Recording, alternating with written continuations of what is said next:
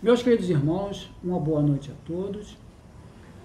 Que esse encontro possa nos ajudar de alguma forma com os ensinamentos do Evangelho segundo o Espiritismo na noite de hoje, que possamos adquirir um pouquinho de paz, de lucidez, de compreensão e de comprometimento com a vida. Hoje nós iremos conversar sobre o capítulo 19, o item 12, e eu vou fazer essa introdução com a frase de Paulo, Romanos 1,17, mas o justo viverá pela fé. Eu procurei sintetizar alguns itens desse tópico, desse capítulo 19, retirados do próprio capítulo, para que nós possamos nos situar um pouquinho, que o capítulo nos fala. A fé transporta montanhas. Então eu retirei alguns tópicos para que nós tenhamos uma compreensão, para quando nós adentrarmos no item 12, nós saibamos um pouquinho de que nós estamos tratando. Então, as montanhas que a fé transporta são as dificuldades, as resistências, a má vontade, o egoísmo, a cegueira, a cegueira de fanatismo e as paixões orgulhosas. São outras tantas montanhas que barram o caminho daqueles que desejam trabalhar em prol da humanidade mais justa e mais feliz. O segundo item da síntese: a fé robusta dá a perseverança, a energia e os recursos que fazem que se vençam os obstáculos, assim nas pequenas como nas grandes coisas. E a fé tem duas formas de fé: a fé cega e a fé raciocinada. A fé cega, nada examinando, aceita sem verificação, assim o verdadeiro como o falso, e a cada passo se choca com a evidência e a razão. Levado ao excesso, produz o fanatismo. A calma na luta é sempre sinal de força e confiança. Então vamos nos conduzir agora ao item 12. A fé humana é a divina. Ele divide a fé em humana e divina. E no primeiro parágrafo nos fala assim: no homem, a fé é o sentimento inato de seus destinos futuros. É a consciência que ele tem das faculdades imensas depositadas em germe no seu íntimo, a princípio em estado latente, e que lhe cumpre fazer que desabrochem e cresçam pela ação da sua vontade. Então ele fala que é um sentimento inato. Então é um sentimento natural que está presente dentro de nós e que nós vamos desenvolvê-lo através da ação da nossa vontade. E aí, meus irmãos, eu elaborei algumas perguntas para as nossas reflexões com relação a esse parágrafo. A primeira pergunta é esta: você tem a consciência das potencialidades depositadas em germe no seu íntimo? Segunda pergunta: você já exercitou essas potencialidades? Você já realizou coisas extraordinárias que depois você refletiu que estavam acima de suas capacidades realizá-las? É importante essas reflexões, porque na maioria das vezes nós não percebemos a ação divina que se verifica em nós. Nós achamos que foram realizações nossas, que foram nossos esforços, mas podemos perceber muitas vezes que foram coisas aparentemente simples, mas só foram possíveis devido a essa ação da fé, a fé num Deus, a fé em forças superiores que nos guiam, que nos cuidam e que nos orientam. Então, no segundo parágrafo desse estudo, nos fala assim: até ao presente, a fé não foi compreendida senão pelo lado religioso, porque o Cristo a exalçou como poderosa alavanca e porque o tem considerado apenas como chefe de uma religião. Entretanto, o Cristo que operou milagres materiais mostrou, por estes mesmos milagres, o que pode o homem que tem fé, isto é, a vontade de querer e a certeza de que por esta vontade pode obter realizações. Também os apóstolos não operaram milagres seguindo-lhe o exemplo? Ora, que eram esses milagres, senão efeitos naturais, cujas causas os homens de então desconheciam, mas que, hoje, em grande parte se explicam e que pelo estudo do espiritismo e do magnetismo se tornam completamente compreensíveis. Então esse parágrafo ele é muito profundo, que ele nos fala que ele começa nos falando que devido a esse fato de nós atribuirmos ao Cristo os milagres que a vida nos relata, e realmente os foram, mas que o Cristo quis nos mostrar que esses milagres estão ao alcance também de todos nós. E na Gênesis, capítulo 15, vai nos falar o seguinte, sobre esses milagres, sobre o estudo do espiritismo e do magnetismo. Vou pegar só um trechozinho para que vocês possam ler com calma, assim que tiver oportunidade. Superioridade da natureza de Jesus, início do capítulo 15. Os fatos que o Evangelho relata e que foram até hoje considerados milagrosos pertencem, na sua maioria, à ordem dos fenômenos psíquicos, isto é, dos que têm como causa primária as faculdades e os atributos da alma. Então são coisas do espírito, são movimentações de energias espirituais. E no item 5 desse estudo, capítulo 19, vai nos reforçar, nos clarear essas informações com as seguintes. No item 5, o poder da fé se demonstra de modo direto e especial na ação magnética. Por seu intermédio, o homem atua sobre o fluido, agente universal, modificando-lhe as qualidades e lhe dá uma impulsão, por assim dizer, irresistível. Daí decorre que aquele há um grande poder fluídico normal junto à ardente fé, pode, só pela força da sua vontade dirigida para o bem, operar estes singulares fenômenos de cura e outros, tidos antigamente por prodígios, mas que não passa de efeito de uma lei natural.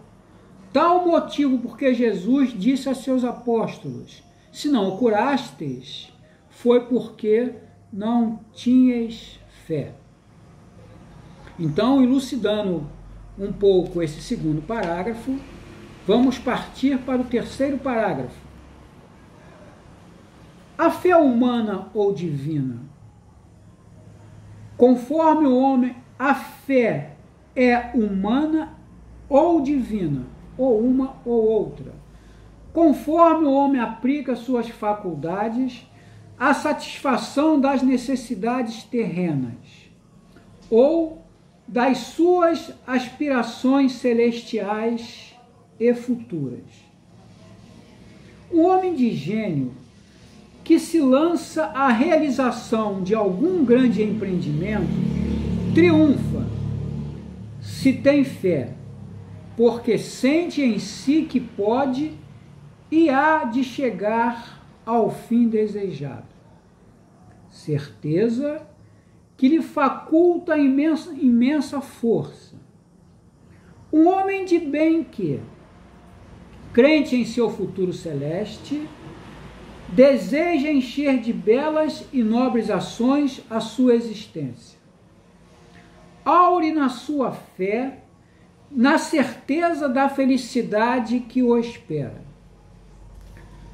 Aure que a força necessária, e aí se operam milagres de caridade, de devotamento e de abnegação. Enfim, com a fé não há maus pendores que se não chegue a vencer. Com a fé não há maus pendores que não chegue a vencer. Então ele nos fala que a fé pode ser humana ou divina, ou uma ou outra. Então nós vamos falar da fé humana, que ele coloca aqui, né? O homem de gênio que se lança à realização de algum grande empreendimento triunfa se tem fé. Então nós vemos os grandes empresários, né? Que eles constroem pontes, eles constroem edifícios, eles rasgam a terra e com isso eles geram empregos, geram alimentos, né? Então nós vemos aí as grandes estradas que encurtam distâncias, né? Os aviões que cortam os céus, as comunicações. Então nós vemos toda uma gama de realizações que o homem acredita que faz. É a fé humana que podemos destacar. E essa fé humana que ele vai colocar a sua inteligência, que ele vai colocar o seu recurso. Nós estamos vendo nesse momento, aí na Vila Olímpica, né, estão se construindo ali um grandioso supermercado, né, e nós vemos aí as máquinas, os homens trabalhando, quer dizer, algum grupo, algum homem que se juntou a outros, e nesse momento nós estamos no momento da parceria, das pessoas se unirem em prol de realizações, em prol de recuperação aí de uma civilização, de uma sociedade tão desgastada pelas adversidades, mas com desejo que rapidamente possa se acelerar o progresso para que se recupere aí o tempo que foi um ritmo que foi reduzido, né, para que pudéssemos agora recuperar o estágio que nós estamos e continuar avançando, para que as outras gerações tenham oportunidades também, né, possam aí criar seus filhos, dar prosseguimento aí ao processo evolutivo. Então nós vemos esses grandes empresários que fazem negócio, e quando fazem negócio movimenta toda uma economia, movimenta pessoas, movimenta mercadorias.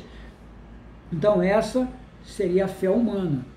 E ele nos fala também nesse tópico a fé humana ou divina. Ele fala que a fé divina, nós vemos aqui, ele começa nos falando, o homem de bem, que crente em seu futuro celeste, olha, futuro celeste, deseja encher de belas e nobres ações a sua existência, aure na sua fé, na certeza da felicidade que o espera. Então por que ele faz essa diferenciação? Porque esses empresários, muitas das vezes, eles acreditem ou não no futuro aí espiritual, numa vida após a morte, tem essa crença ou não, mas eles acreditam no progresso, eles acreditam em si, ele acredita no seu potencial, ele acredita nisso que nós falamos, né? Nesses germes, né, que existe dentro de nós, essa coisa natural, essa força divina, esse lado nosso, centelha divina, não é mesmo? Essa presença de Deus dentro de nós, eles acreditam nessa força e as movimenta na sua crença ou não. E ele fala dessa fé divina, ele faz uma diferenciação humana ou divina, que nesta parte divina, ele está nos falando desses missionários, cujas suas missões não é, às vezes, produzir empregos, não é buscar a riqueza material, mas ele nos conduz para as coisas espirituais. E por isso que ele cita aqui, na certeza da felicidade que o espera, a força necessária. E aí se operam milagres, milagres de caridade, de devotamento e de abnegação. Enfim, né? Então nós podemos falar desses citados, né? Nós podemos falar aí de Francisco Cândido Xavier, podemos falar do Divaldo Pereira Franco, podemos falar de Madre Teresa de Calcutá, podemos falar aí de padres, o padre Marcelo Rossi, que eu gosto muito de citar nas minhas colocações, né? O padre Fábio de Mello, que renunciam a si mesmo para que possam conduzir o homem ao seu lado espiritual, dando o seu próprio exemplo, né, de renúncia, de abnegação, de sacrifício mesmo pela sua, né, pelo seu, como colocar melhor essa palavra, né, pela sua vida familiar, para que pudesse estar mais tempo aí a serviço da fé, a serviço do esclarecimento dos fiéis, né? Muitos pastores também, né? Dos diversos segmentos religiosos, né? Nós vemos um Buda, um Gandhi, né? E tantos esses outros que deixaram um legado de amor, um legado de renúncia, um legado de conduzir a humanidade pelos destinos espirituais. Então por isso que ele fala assim, enfim, com a fé não há maus pendores que não se chegue a vencer, nos trazendo muita esperança para nós, principalmente nesses dias difíceis, né? E aí nós vamos partir, agora vamos para o próximo parágrafo, o penúltimo parágrafo, que nos fala assim: o magnetismo é uma das maiores provas do poder da fé posta em ação. É pela fé que ele cura e produz esses fenômenos singulares, qualificados outrora de milagres. Então nós, retornando aqui a Gênesis, capítulo 14, capítulo 15, fala um pouco do magnetismo. E o magnetismo, ele é originário de uma pedra que chama magnésio, né? Magneto, né? É uma pedra que tem o poder de atração. Nós vemos um ímã, né? Ele tem o poder de atrair para eles as coisas. E nós vemos na natureza que tudo se atrai, né? Tudo é a lei de atração. Então, pela lei de atração se forma tudo que nós temos hoje, né? Então, tem uma lei de atração. E, de repente, às vezes nós achamos que nós escolhemos nossas esposas, e nós vamos vendo com o tempo, escolhemos nossos amigos, escolhemos segmentos religiosos, mas hoje nós vamos verificando que tudo é atração, né? Que nós estamos junto de pessoas por uma necessidade de evolução, às vezes das duas partes.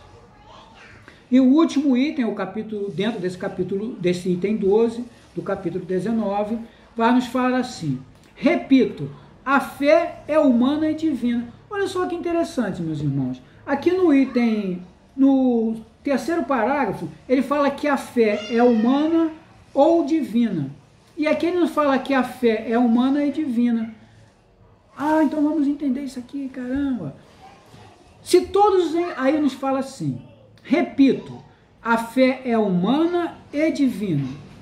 Se todos os encarnados se achassem bem persuadidos da força que em si trazem, e se quisesse pôr a vontade a serviço dessa força, seriam capazes de realizar o a que, até hoje, eles chamaram prodígios, e que, no entanto, não passa de um desenvolvimento das faculdades humanas, né?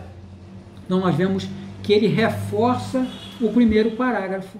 Ele fala que a fé é humana e divina. Por que ele fala que a fé é humana e divina? Porque esses dois exemplos outrora citados, nós vamos ver que quando o homem gera condições, né, de trabalho, gera condições de bem-estar, gera condições de vida, né, de cuidarmos da nossa saúde e preservação da vida através dos alimentos, através do trabalho, através de condições de sustentar a família, ele também está agindo no divino. E quando esses essas grandes personalidades também conduzem ao lado ao homem para a sua realidade espiritual, eles também estão agindo divino. Mas em síntese, o que ele nos fala? Ele nos fala que nós podemos desenvolver essas potencialidades, tanto essas consideradas humanas, quanto essas consideradas divinas, que está inserida dentro de nós. O que nós precisamos é desenvolvê-las, aprimorá-las. É por isso que no início eu fiz essas perguntas para todos nós, para mim, para a humanidade como um todo, recebendo essas emanações que ora partem em direção a elas, né? Que nós podemos desenvolver nossas potencialidades, substituindo o medo pela coragem, substituindo a preguiça pela ação, substituindo o barulho, a agitação mental pelo um silêncio, conforme nós vimos, que está inserido dentro desse capítulo que eu li, esse tópico, a calma, o silêncio, né? É sempre sinal de grandeza de afinidade espiritual. Então, nós possamos desenvolver as nossas habilidades, as nossas potencialidades. Jesus espera por nós, Ele nos capacita, Ele nos orienta, e o Pai nos nutre com todos os recursos necessários para a nossa sobrevivência e para a nossa existência. Muito obrigado pela presença de todos. Um dia maravilhoso, abençoado, uma semana de luz e paz para todos.